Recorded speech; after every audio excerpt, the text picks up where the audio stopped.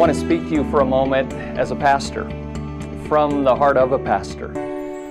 I've spent most of my life serving Christ as a pastor in a local church, and I can honestly say I love the church.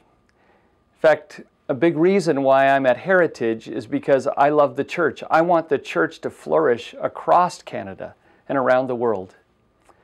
So I'm here at a school that's dedicated to help training men and women who will help the church flourish.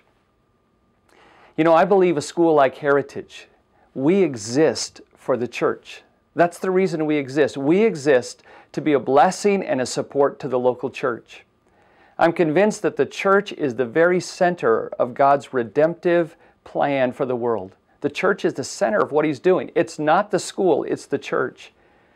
But a school like Heritage has a place in coming alongside of the church to say, we're here to help train up some of the brightest and the best to be faithful, fruitful servants for Christ in His church, both here in Canada and around the world. We exist as a school. We exist for the church.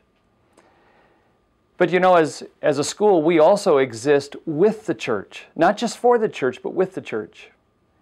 In other words, we cannot fulfill our mission without a vital partnership with churches. You see, you know and I know that a school does some things very, very well when it comes to training people for ministry. We can give them theological breadth and depth. We can do some homiletical shaping and skill. But there are some things a school can't do very well. We need the church. I mean, you can't train someone to be a faithful and effective shepherd by having them sit in a classroom and take notes on shepherding. You can't train someone to be a leader just because they've been to a seminar or a class on leadership. They need experience, guided experience in a church. And that's why I believe the school has to be in partnership, vital partnership with the church if we're going to turn out those who will really faithfully carry on the mission beyond what we're doing right now. So we exist for the church as a school. We exist with the church. One last thing. We also cannot exist without the church.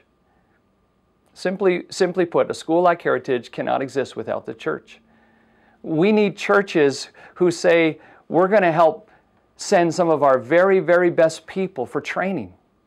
We need pastors who tap people on the shoulder and say, I've watched your life.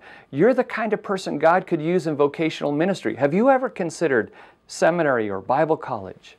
We need churches to be directing people to us that they know are the ones who should be trained up. We also need churches to support us financially. Heritage cannot exist just on the tuition dollars we bring in. Tuition would be too high. Nobody would come. So we need churches who believe in the mission of the school in partnership with the church. We can't exist without the church.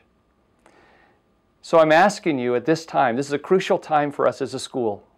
We're coming to the end of our fiscal year. June 30th is the end of our fiscal year.